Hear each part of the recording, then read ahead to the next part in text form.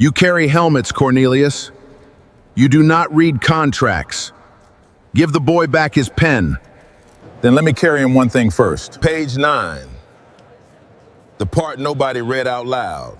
He has read it, compliance read it, legal read it. You are the last man in this building who needs to. Compliance read the front. Everybody reads the front. Malachi, did anybody read you page 9 out loud? They said it was standard. That is not what I asked. Did anybody read it to you? No, sir. Did they let you take it home? Give it to your mother.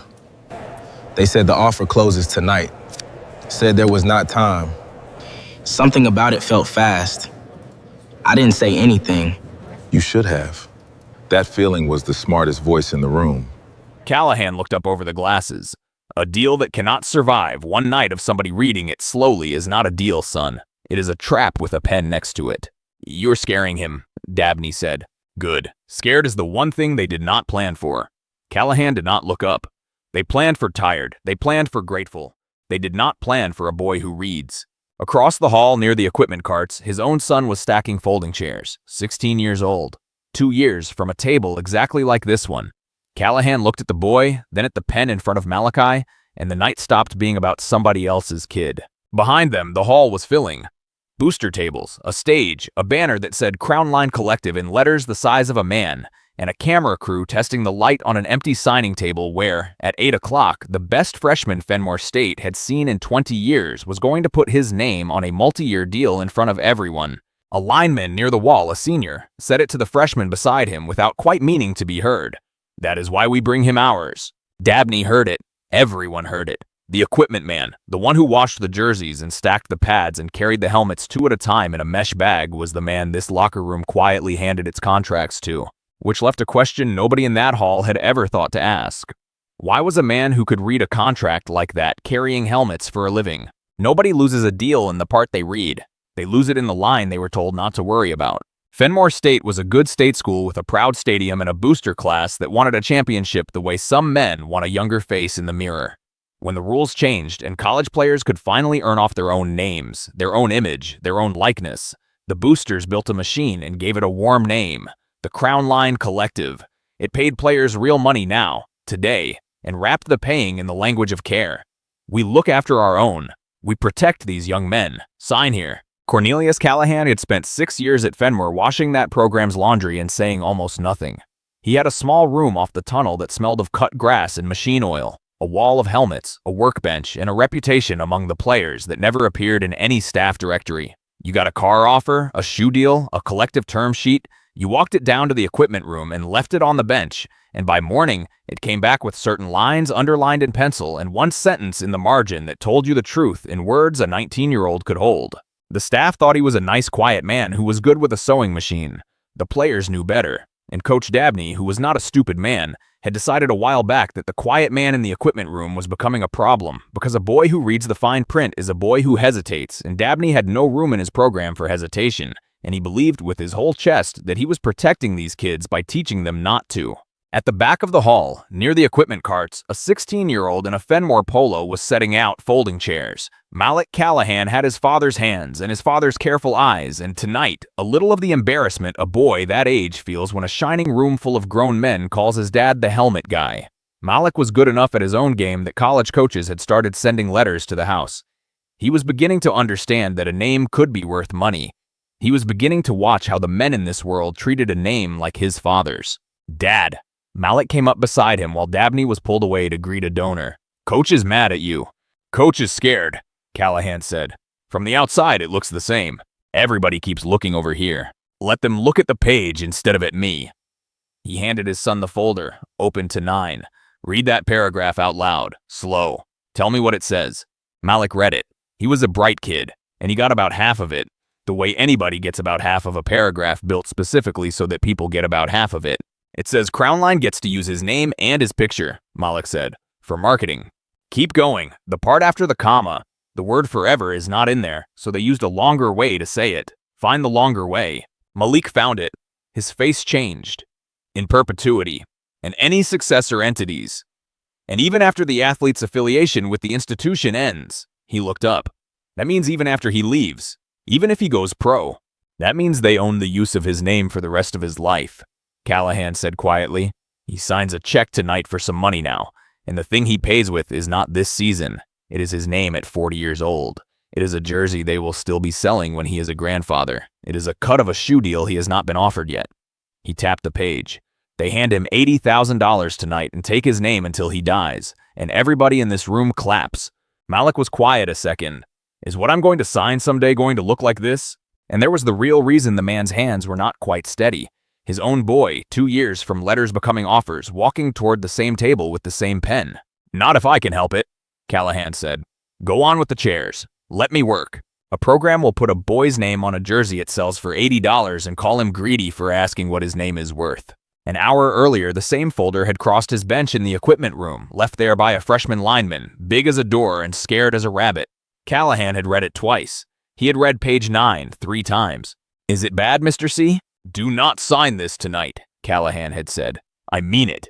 Bring your mother, and do me a favor. Find Malachi Greer and tell him to come see me before he goes anywhere near that stage. They said it's the same one everybody's signing. It is, Callahan said. That is what is wrong with it. So he had known what was on page 9 before Dabney ever set a pen down. He had read the one part they were counting on nobody reading an hour before the cameras were even warm. The man from Crown Line found Callahan before Callahan found him. That was how men like Garrett Olin worked. They came to you smiling, with your first name already in their mouth like they had known you for years. Cornelius. Olin had a good suit and a good watch and the easy warmth of a man who had never once lost a room. They tell me you used to be in the business. Long time ago. Player representation, was it? A long time ago. A hard world. I respect a man who got out of it. He let that sit, pleasant, a small blade under the pleasantness. You are stirring my table up tonight. My people say you are telling the Greer boy not to sign. I am telling the Greer boy to read. Reading is good. I love reading. Here is the thing, Cornelius. Olin lowered his voice to the register men use for reasonable things. That contract was reviewed by the university's outside counsel, the compliance office, and the conference. Every box checked. So when a locker room employee, a good man, I am sure, tells an 18-year-old the deal is a trap, all he does is scare a kid out of the only money his family may ever see. He spread his hands. You want to help these kids? Help them by not costing them the payday. The payday is real. The price is his name for life. Both are true. It is all in the document. Nothing is hidden. He is free to read it. He is free to read it in a room where you told him the money only exists if he signs it on that stage tonight, with no time to take it home, standing next to a coach who signs his playing time. Callahan took the glasses off. That is not freedom to read. That is a countdown with a smile on it. Olin studied him a moment, and the warmth rearranged itself into something more useful. You have a son, Olin said. Malik, good little player, I hear. Word gets around fast at that age. Coaches talk to coaches. Coaches talk to collectives. Collectives are how a kid like yours gets seen, or does not get seen. He was not smiling now, and he was not smiling. A father who makes himself a problem at a night like this. That is a story that travels ahead of a boy into every room he walks into for 4 years. Think about that before you make a speech. He clapped Callahan once on the shoulder, warm again, and went back toward the lights. And Cornelius Callahan stood very still, because Garrett Olin had found, on the first try, the one soft place in a careful man. Dabney caught him by the equipment carts a minute later, and for once the coach was not barking. He looked tired and older than the whistle around his neck, and he talked low. I know you think I'm the bad guy in your little movie, Dabney said. I coached 30 years. You want to know what I have watched? I have watched the ones who read every line and asked every question and held out for the perfect deal. You know where a lot of them are? Nowhere. Labeled difficult. Passed over. A collective does not want a kid who lawyers up, so the kid does not get the bag, and then he does not get the reps, and then he does not get seen, and his window closes while he is being principled. He nodded toward Malachi. That boy has one window. 2, 3 years. I am trying to get him paid and kept and moved up the ladder before it shuts. You are trying to make him a test case. His jaw worked. I buried a player once. A real funeral, a real box, a kid I coached. He did everything careful, held out, read every line, made himself difficult, and the machine passed him over and he never got seen, and it broke something in him that did not grow back. So do not stand in my equipment room and lecture me about protecting these boys. I have carried the ones careful did not save. You are not wrong about the machine, Callahan said. You are just wrong about who built it. The machine punishes kids who read so that kids will stop reading. You are not protecting them from it, coach. You are training them for it. You are teaching a boy to be easy to rob so nobody calls him difficult. Dabney looked at him for a long moment, and something moved behind the tired eyes, and then the countdown pulled him away, because the countdown always pulls a man like Dabney away right before he has to answer the hard thing. Across the hall, Malik had stopped setting out chairs. He was watching his father the way a boy watches to learn what a man is. Callahan felt it land on the back of his neck, and it was heavier than Olin's hand had been. 20 minutes to 8. The room was nearly full now, the tables loud, the stage lit, the pen waiting. There was a reason a sports lawyer was carrying helmets, and the reason was a young man named Cordell Devine. 6 years back, Callahan had not been an equipment manager. He had been 30-something and sharp and rising, on the wrong side of the table, the side that drafts the paper. He had been good at it. He had been good at the part of it that should have shamed him and did not back then. He wrote clean, elegant, ruinous clauses, the kind that gave a kid money on Tuesday and took his name forever on the fine print of a Wednesday. And he told himself it was the business, and everybody in the business told him the same, and the telling worked. There had been a boy named Cordell, 19, fast from nothing, the first person in his family anyone with a checkbook had ever wanted. There had been a marketing deal with a perpetuity clause that Callahan himself had helped shape, and Cordell had gotten cold feet at the table, the way smart, scared kids do, and had looked at Callahan, the one man in that room who looked a little like his own people, and had asked him, plain, should I sign this? Callahan had said the words. He could still hear himself say them. Sign it. Do not make waves. You do not get a second table. Protect the relationship. Cordell signed. Then Cordell blew out a knee, and the football stopped, and the money that was supposed to last did not. And the name, his name, kept earning for other men, in a highlight reel and a video game and a jersey rack, long after the young man himself was working nights and could not afford a ticket to the games where his own number still sold. The clause outlived the career by decades. It was going to outlive the man. Callahan quit the year he finally read one of his own contracts out loud to himself, slow, the way he made the players do it now, and heard for the first time what he had actually written. He started wearing reading glasses that year. He told people his eyes had gone. It was true in more ways than one. He took the lowest job that would keep him near the game he still loved and could no longer stand to profit from. And in a room full of helmets, with a pencil and a margin, he started paying down a debt far too large for one man, one kid at a time. Nobody at Fenmore knew that. They knew the helmet guy read contracts. They did not know why he could not stop. Mr. Callahan. Yolanda Greer was at his bench. Malachi's mother, in the one good dress, holding the folder her son had carried out to her because some part of the boy trusted his mother more than the countdown. My son says you told him not to sign. Coach says you are a groundskeeper with a grudge, and that man in the suit just told me my boy would be a fool to walk away from $80,000. Her eyes were steady and tired and smart. I have got 20 minutes before they put my child on a stage. So I will ask you plain, and I want it plain back. Is my son about to make a mistake? Yes, Callahan said. Show me. Do not sell me. Show me. He put the glasses back on. He did not make a speech. He read her page 9, slow. Then he read her the fee schedule on page 11 that took a third of any future professional earnings as a marketing commission for services that would never actually be rendered. Then he stopped, and he did the thing that mattered most. Now you read me this line, he said and put his finger under it. Out loud, your mouth, not mine. The athlete grants Crown Line and any successor entities the perpetual, irrevocable right to use the athlete's name, image, and likeness. Yolanda's voice slowed on the last words the way a foot slows on ice. Perpetual. She set the folder down. They wrote it so a mother could not understand it in the 10 minutes they gave her. They wrote it so a mother would sign it in the 10 minutes they gave her, Callahan said. The not understanding is the product. If you understood it, you would not sign, so they price your time down to where you cannot. Yolanda looked at him a long moment, and the first crack of trust opened, not because he had been kind, but because he had refused to be quick. He wants this so bad, she said, quieter now, watching her son across the hall where Olin was laughing him toward the stage. He has wanted it his whole life. First one in the family anybody ever put a camera on. You know what it does to a boy, being wanted like that. I cannot be the one who takes the wanting away. Sure, you are not taking anything away, Callahan said. You are the only person here trying to make sure the wanting does not cost him the rest of his life. There is a difference between the woman who says no to the candy and the man who says yes to the poison, and the boy will not know which was which until he is 30, and by then only one of you will have been right. And if I am wrong, if this is his one shot and I hold him back from it, then he will be angry at you for a few years and grateful for the next 50, Callahan said. That is the trade every real parent makes. The ones who want to be liked tonight sign the thing. The ones who want to be right in 20 years read it first. He met her eyes. I have been the man they hand the pen to. I have never once seen a good deal that could not wait until morning. Not one. What do they pay you? She said. The collective? To sit in your little room and stay quiet. Nothing. That man in the suit offered you something just now. I watched his face while he did it. He offered me my son's future, Callahan said, if I stay quiet. And you told him. He did not answer right away, and then not answering was its own confession, and they both heard it. He had told Garrett Olin no in his own head 100 times since the man's hand left his shoulder, which is not the same as telling him no out loud, and Callahan knew that the distance between those two things was the whole of a man, and he had not yet crossed it. Then the wound did its worst work. Dabney came back across the hall with the countdown in his walk.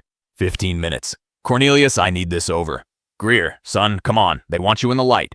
Olin was at the boy's other shoulder, warm, and the cameras were hot, and Malik was watching from the chairs, and under all of it was a phone call Garrett Olin could make tomorrow that would decide which rooms Callahan's own boy walked into for the rest of his young life. And Cornelius Callahan, who had spent 6 years learning to read every line out loud, looked at Malachi Greer and felt the old fear rise up and put the old words in his mouth. Malachi! He heard himself. He heard the exact tune of it. Maybe you sign it, son. Take the money for your mother. Do not make yourself the boy who blew up his own night. There are fights that are not worth the scar. Protect your spot. You can be careful later. The hall kept moving.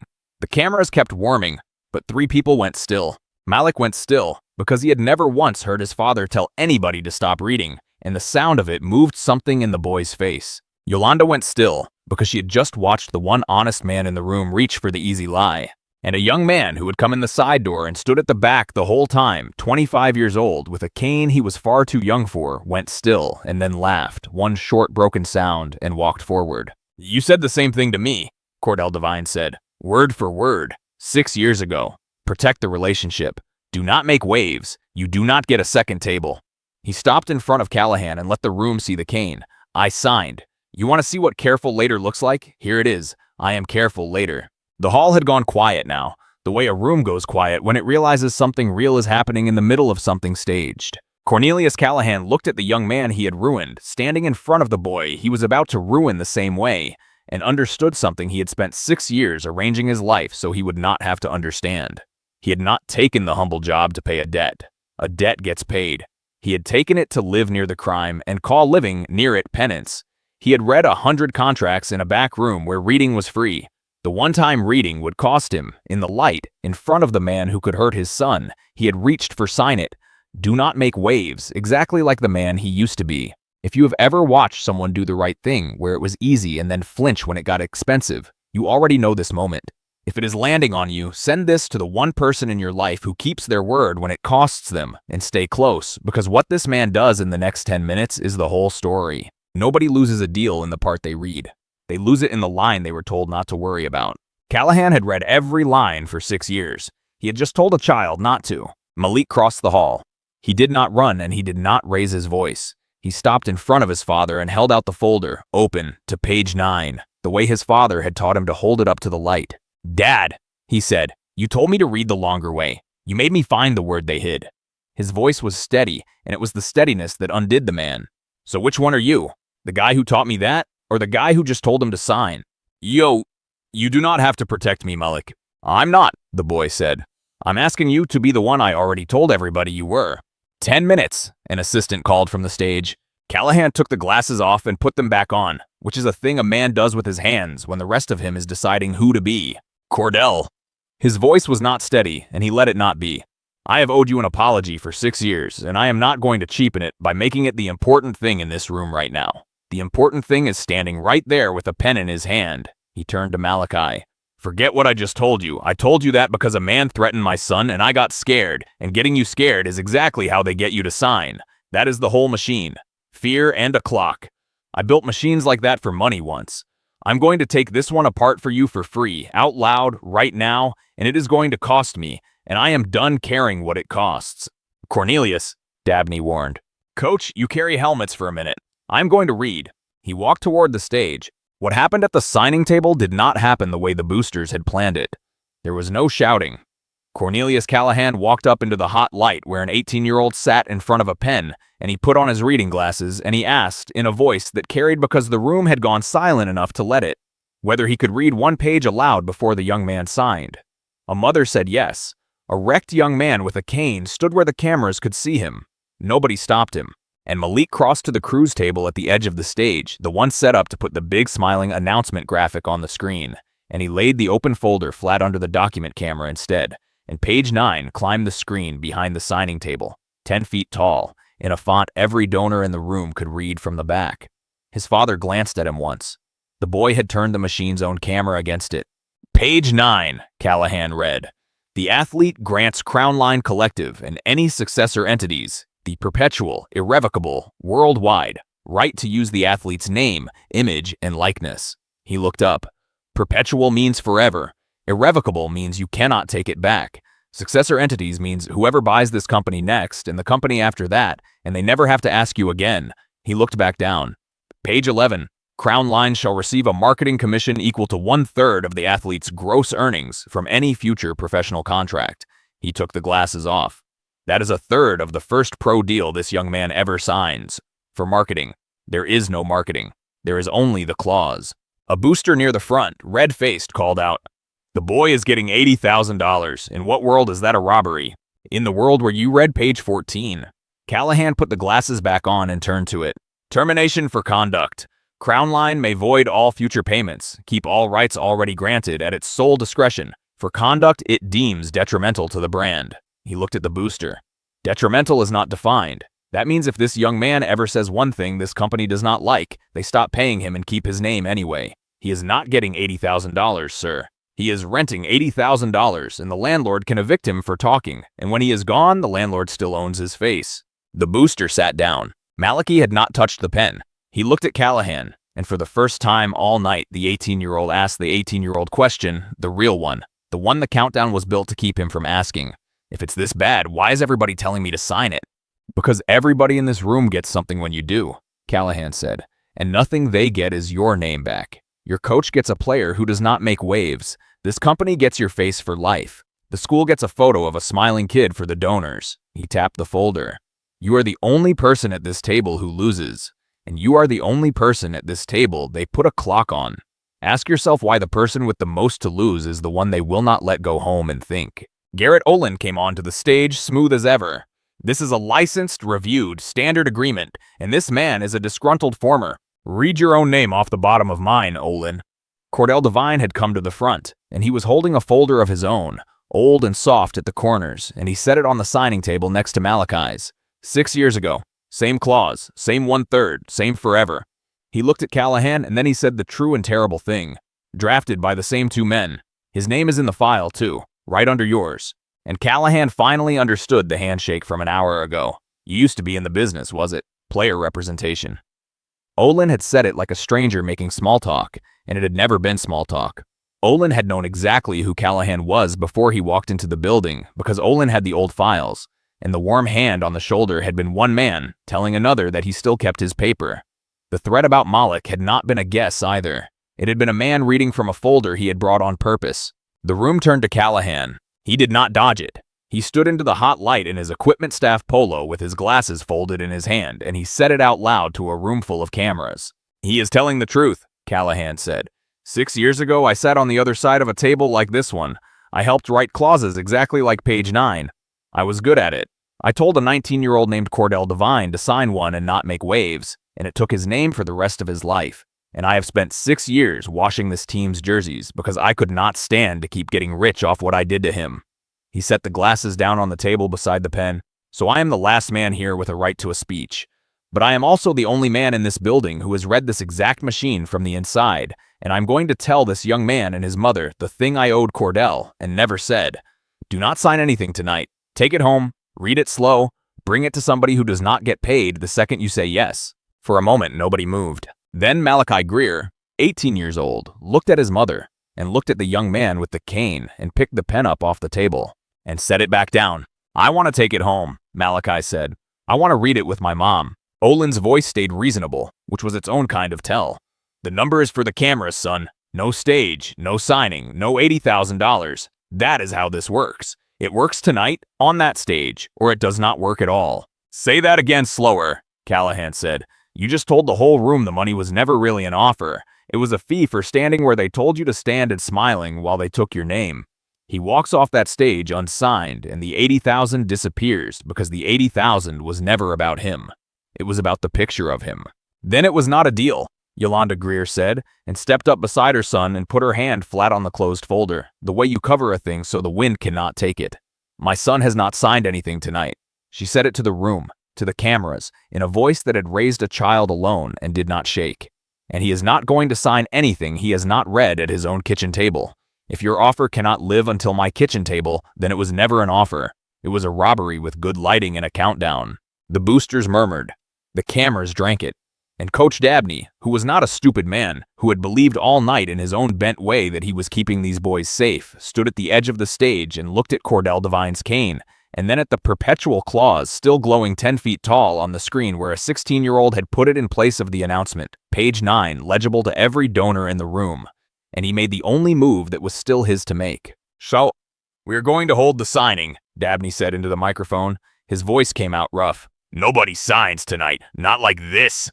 He looked at Callahan, and something old and ashamed and honest crossed the coach's face in front of everyone. I told this man an hour ago about a player I buried who was too careful. His voice was rough. I have spent 20 years using that boy as my reason, and I never once let myself count the other kind. The ones I buried who were not careful enough. The ones who signed because I told them a good soldier signs. He looked at the claws on the screen, 10 feet tall. A man who carries helmets just made me count them. That is on me. And it is going to stay on me. Garrett Olin left the way such men leave, already on his phone, telling the people on the other end that it was nothing.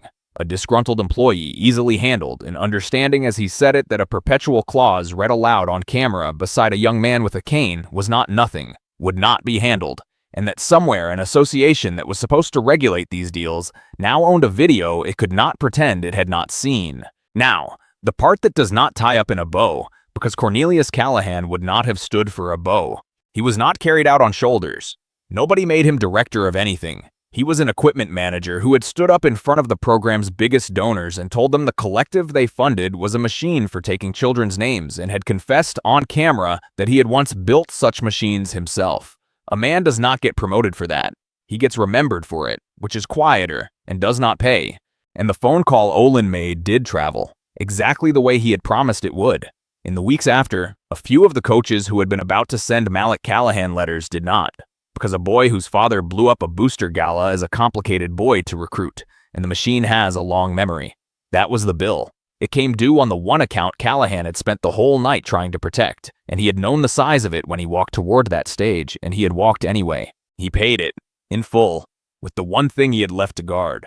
But some things came out of that night that no collective would ever claw back. Malachi Greer took his contract home and read it at his mother's kitchen table across 3 nights, and a month later signed a smaller, cleaner deal that ended the day he left school, with his name still his own. The scared freshman lineman never signed the crown line sheet at all. Neither did the 4 teammates who had been scheduled to sign theirs the same week, because the video was on all their phones by Sunday, and a boy who has heard a perpetual clause read out loud in a dead silent room does not unhear it. The collective quietly pulled its standard agreement and sent a new one to the compliance office, shorter by 2 pages, missing page 9 entirely, which everyone understood to be its own kind of confession. Boosters do not apologize. They redraft.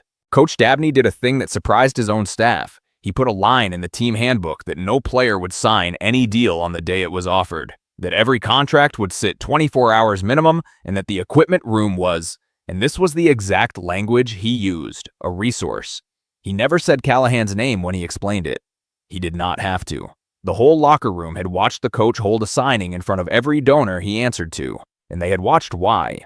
Cordell Devine's old contract, read aloud into 100 phones, became the sort of thing that starts an inquiry, and the young man who had spent 6 years being a cautionary tale became instead the man in the video who made a rich room go silent. It was not his name back. It was something. He took it. In the parking lot after the gala, when most of the cars were gone, Callahan found Cordell leaning against the fender of an old sedan, working the cane's rubber tip against the asphalt like he was deciding whether to stay. "I'm not going to do it here either," Callahan said. The apology? You deserve it slow and in private, and more than once. But I want to say the first true thing tonight, so you know the rest is coming. He made himself hold the young man's eyes. You asked me a question at that table 6 years ago, and I gave you the answer that was easy for me instead of the one that was true for you. I have known that every single day since.